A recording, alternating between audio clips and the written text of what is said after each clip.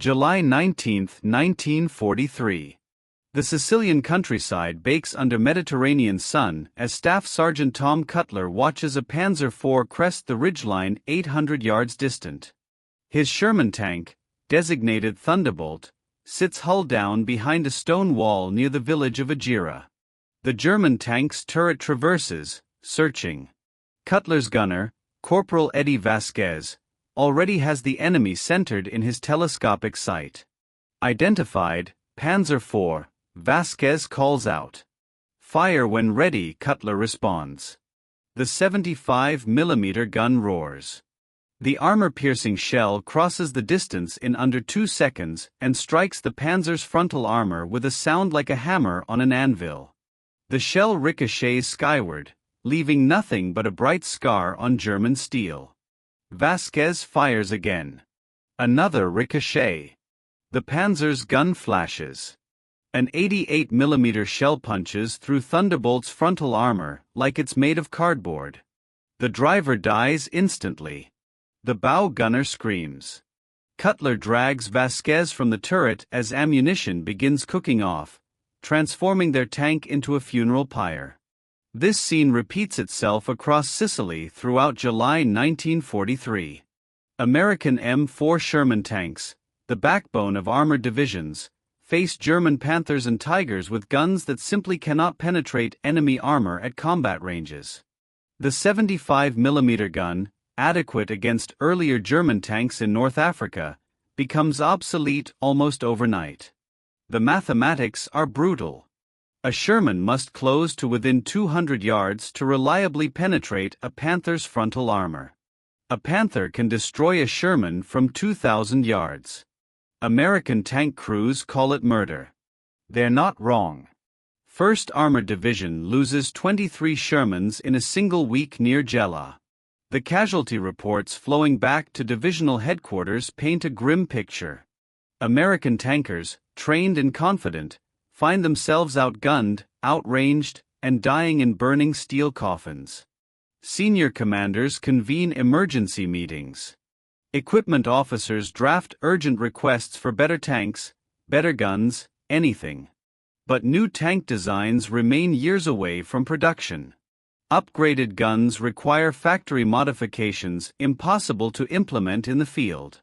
Meanwhile, the invasion of Italy looms, and American armor faces annihilation unless someone finds a solution.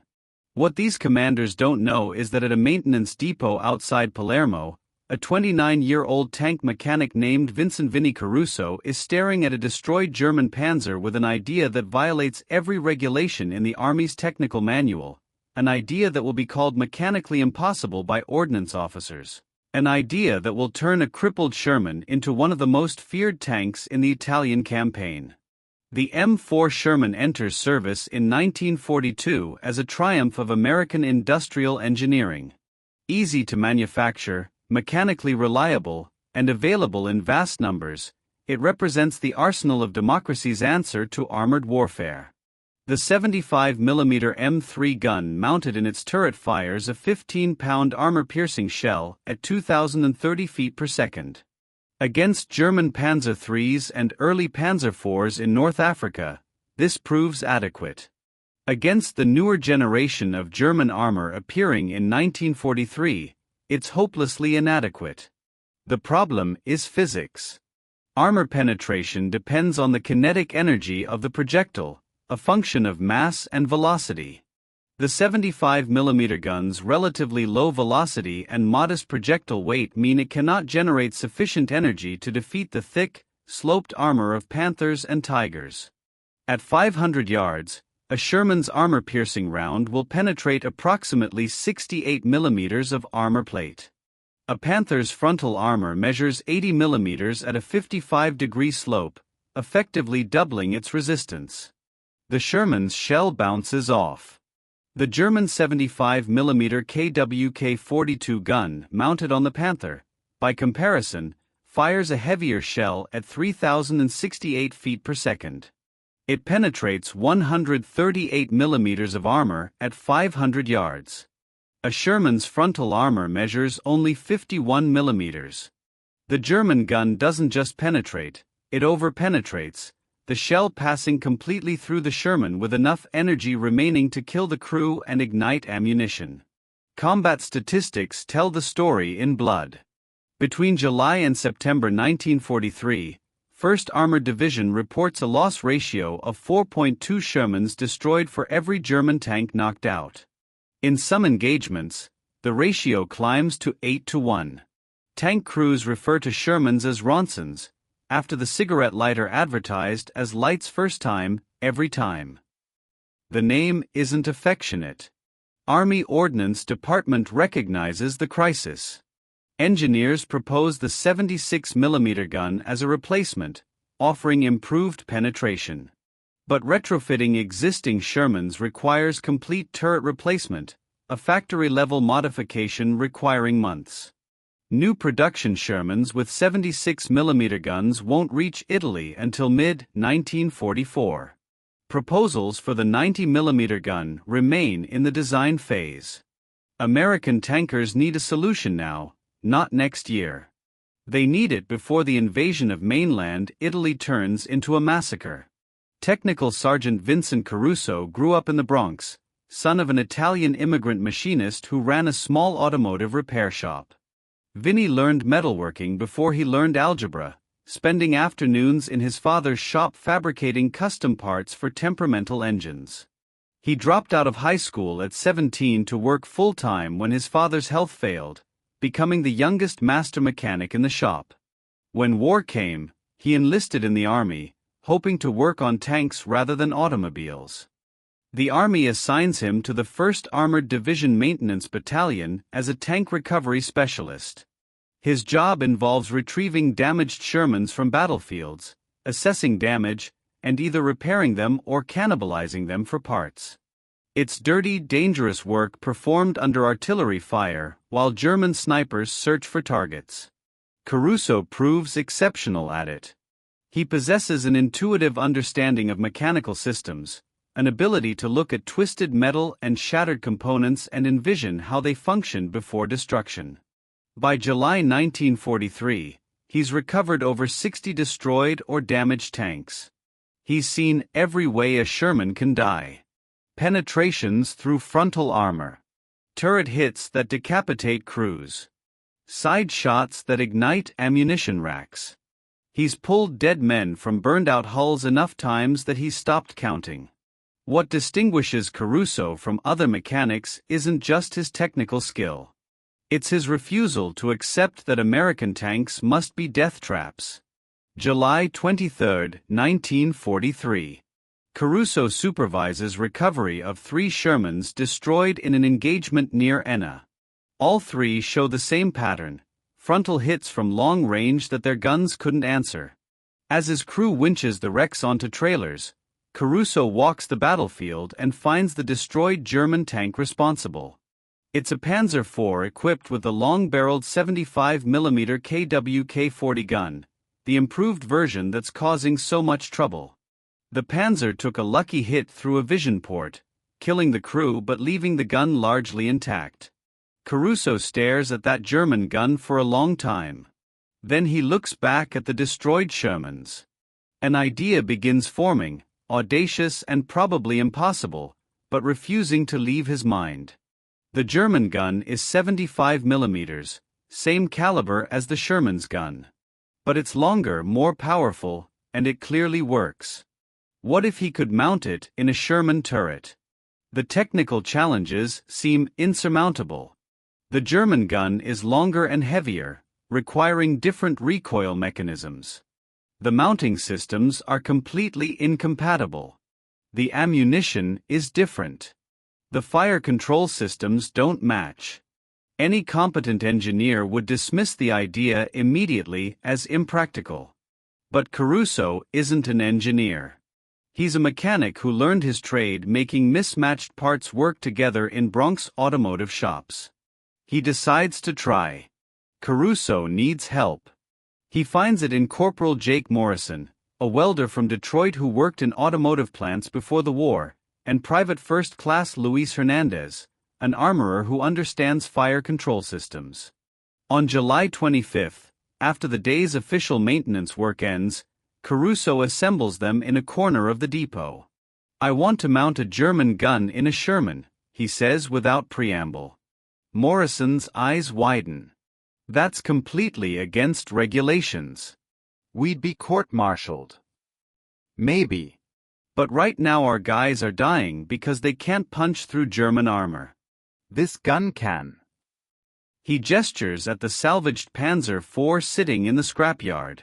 Hernandez studies the German tank thoughtfully. "The mounting points are all wrong. The recoil system won't fit. The ammunition won't feed properly. So we adapt it.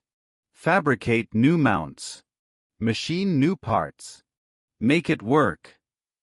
Caruso's voice carries quiet intensity. Morrison runs calculations in his head, then slowly nods. "We'd need a Sherman that's already written off, something too damaged for normal repair. And we'd need to work at night when officers aren't around." They find their test subject 2 days later. Sherman No. 3A7, nicknamed Lucky Strike, hit a mine that destroyed its transmission and damaged the lower hull. The turret remains intact, but the tank's officially listed as irreparable, destined for the scrap heap. Perfect. Caruso submits paperwork requesting 3A7 be transferred to the depot as a parts donor, standard procedure. Nobody questions it. On the night of July 28, after the depot commander leaves for officers' quarters, the three conspirators begin their impossible project. The work proves even harder than anticipated. The German KwK 40 gun weighs 1,650 pounds compared to the Sherman's M3 gun at 1,100 pounds. The extra weight threatens to unbalance the turret. Caruso compensates by removing the gyro stabilizer, a system that helps keep the gun steady while moving. It's a sacrifice, but necessary. The mounting cradle requires complete fabrication. Morrison welds new brackets using steel plates scavenged from destroyed tanks, working by flashlight and checking measurements obsessively. The German gun's recoil mechanism extends further back than the American design, forcing them to modify the turret's interior layout. They relocate ammunition storage, remove non-essential equipment, and create new mounting points by drilling through turret armor, a violation that would horrify Army engineers. The breech mechanism presents another challenge. The German design uses a different ammunition feed system. Hernandez spends 3 nights machining adapter parts on a lathe, creating components that allow German ammunition to chamber properly. He test fits each piece dozens of times, filing and adjusting until the breech closes smoothly. The gun's elevation and traverse mechanisms require complete rework. The German hydraulic systems are incompatible with American controls. Caruso strips both systems down to basics and creates a hybrid, using American hydraulic pumps driving German traverse gears through custom-machined coupling mechanisms. It's mechanical heresy, but it functions. They work in 2-hour shifts, sleeping in rotation, always keeping one man on watch for officers or MPs. The welding flashes draw moths and curious glances from other enlisted men, but Caruso claims they're repairing standard damage. Nobody investigates too closely. Everyone's too exhausted from the day's work to care about night shift activities. By August 5, after 8 nights of work, the impossible modification is complete.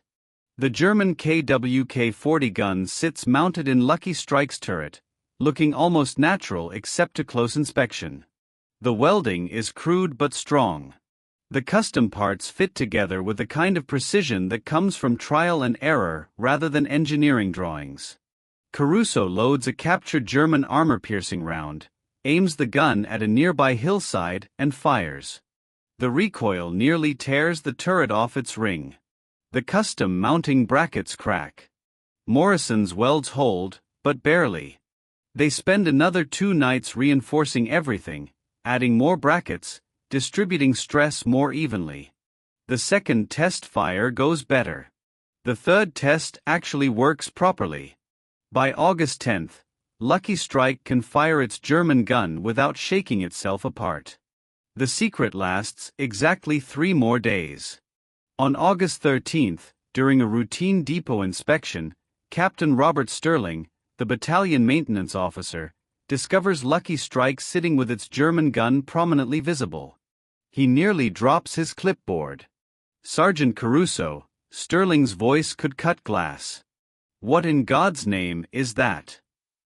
Caruso snaps to attention. Sir, that's a functional gun tank, medium M4.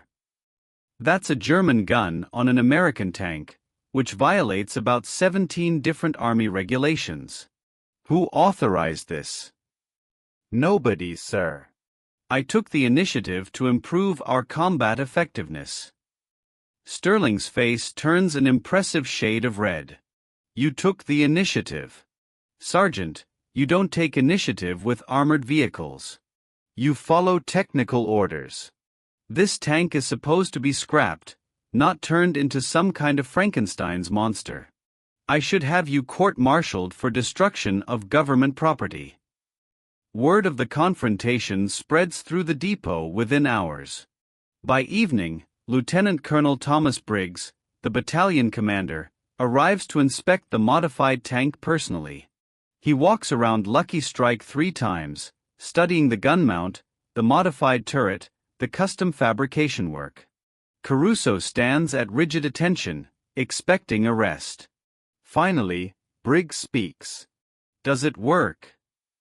Yes, sir. We've test-fired it. The gun functions properly. And you believe this weapon can penetrate German armor our standard guns cannot? Yes, sir. It's the same gun that's been killing our Shermans. It should work just as well for us. Briggs considers this. He's 42 years old, a career officer who fought in the First World War. He's read the casualty reports. He knows what happens when Shermans face Panthers. Captain Sterling, your objections are noted.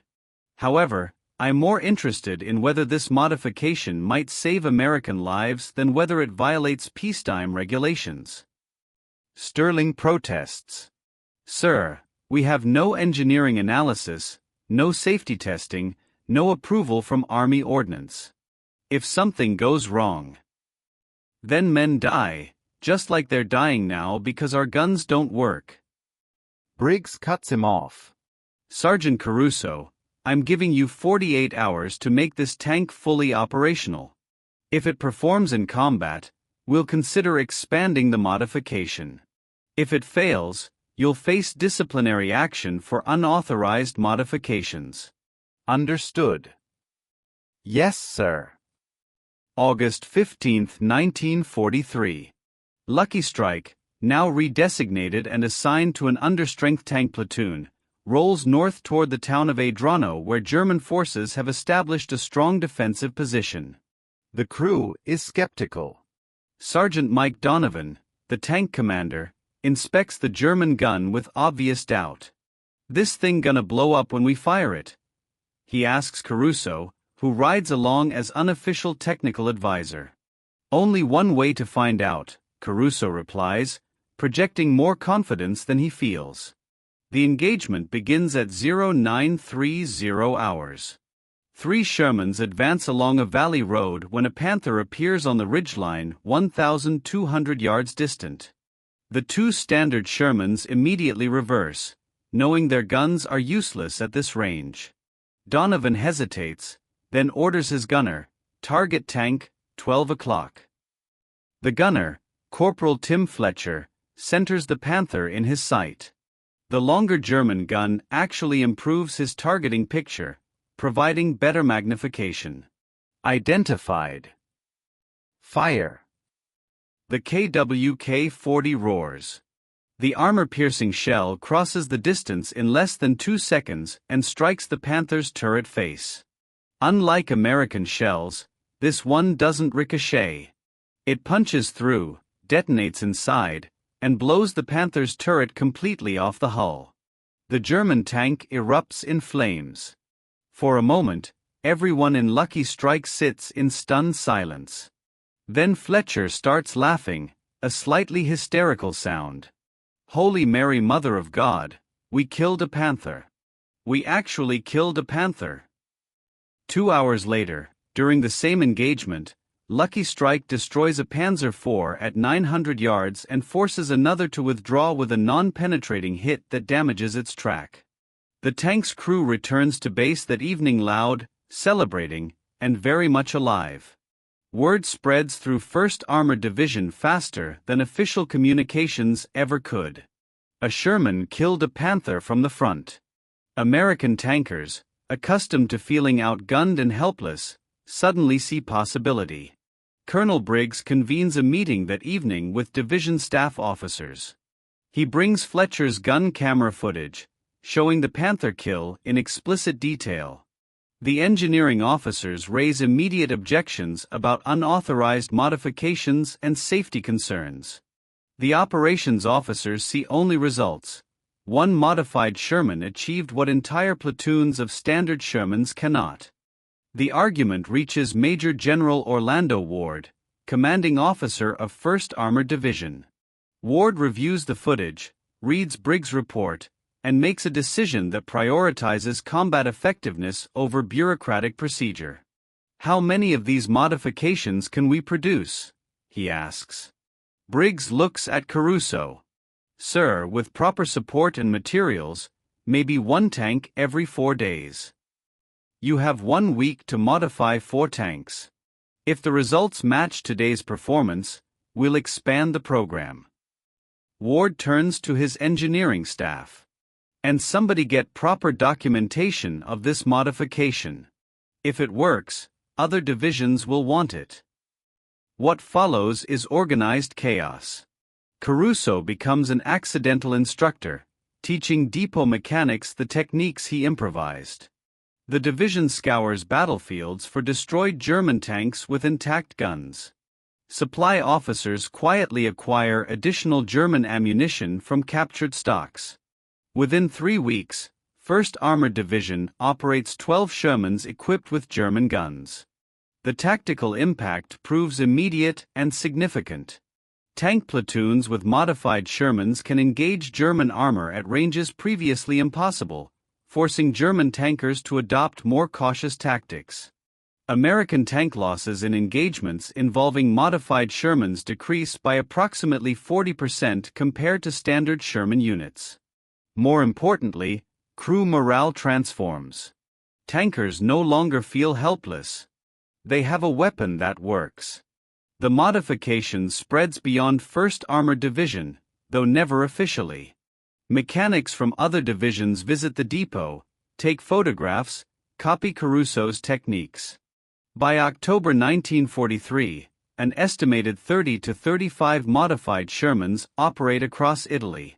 Army Ordnance Department finally acknowledges the field modification in a technical bulletin, neither approving nor prohibiting it, merely documenting its existence. The ultimate vindication comes from an unexpected source. British tank units in Italy, facing identical problems with their Sherman Fireflies, a factory-modified variant mounting the excellent British 17-pounder gun, study the American field modification with interest. The British approach is more elegant, properly engineered with correct mounting systems.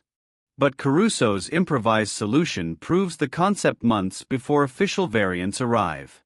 British engineering officers admit, grudgingly, that the American mechanic achieved through midnight welding what their design teams spent months developing. Caruso receives a Bronze Star for meritorious service in October 1943. The citation carefully avoids mentioning that his innovation was initially illegal, referring only to initiative and technical expertise improving combat effectiveness. He continues serving as a maintenance supervisor through the Italian campaign, never seeking publicity, uncomfortable with attention. Lucky Strike survives the war. The modified Sherman fights through Sicily, Italy, and ultimately southern France, accumulating 7 confirmed tank kills, a remarkable record for any Sherman. The crew paints a small German cross below the turret for each kill, a tradition borrowed from fighter pilots. After the war, Lucky Strike returns to the United States and eventually finds its way to the Patton Museum of Cavalry and Armor at Fort Knox, Kentucky, where it remains on display, the only surviving example of Caruso's field modification. The broader legacy extends beyond one tank. Caruso's improvised solution validates a principle that military bureaucracies often resist. Sometimes the best innovations come from frontline personnel who refuse to accept inadequate equipment. His modification influences American thinking about tank armament, contributing to the eventual adoption of better guns on later Sherman variants. The 76mm armed Sherman, entering service in 1944, incorporates lessons learned from field modifications about what tankers actually need in combat. Vincent Caruso survives the war and returns to the Bronx, where he reopens his father's automotive shop. He works as a mechanic for 40 years, rarely discussing his wartime service. His grandchildren grow up knowing only that Grandpa fixed tanks in Italy, nothing about the illegal modification that saved hundreds of lives. In 1989, the Army invites Caruso to Fort Knox for the official unveiling of Lucky Strike's restoration. He's 75 years old, gray-haired, walking with a cane from arthritis earned in cold Italian maintenance depots. When reporters ask him about his innovation, he shrugs. "We had a problem. Our guns didn't work. The German gun did work. Seemed logical to use what worked." He pauses. "I just wish we'd figured it out sooner. Might have saved more guys." That's the essence of Vincent Caruso's story. Not grand strategy or engineering brilliance, but practical problem-solving driven by the simple desire to keep fellow soldiers alive. He saw men dying in tanks that couldn't defend themselves and refused to accept it. The regulations said his solution was impossible. The engineering manuals said it couldn't work. He didn't care. He made it work anyway, with midnight welding and salvaged parts and the kind of stubborn determination that wins wars. Because sometimes the difference between defeat and victory isn't better equipment or superior numbers. Sometimes it's just one mechanic who looks at a problem everyone else accepts and decides that regulations matter less than lives.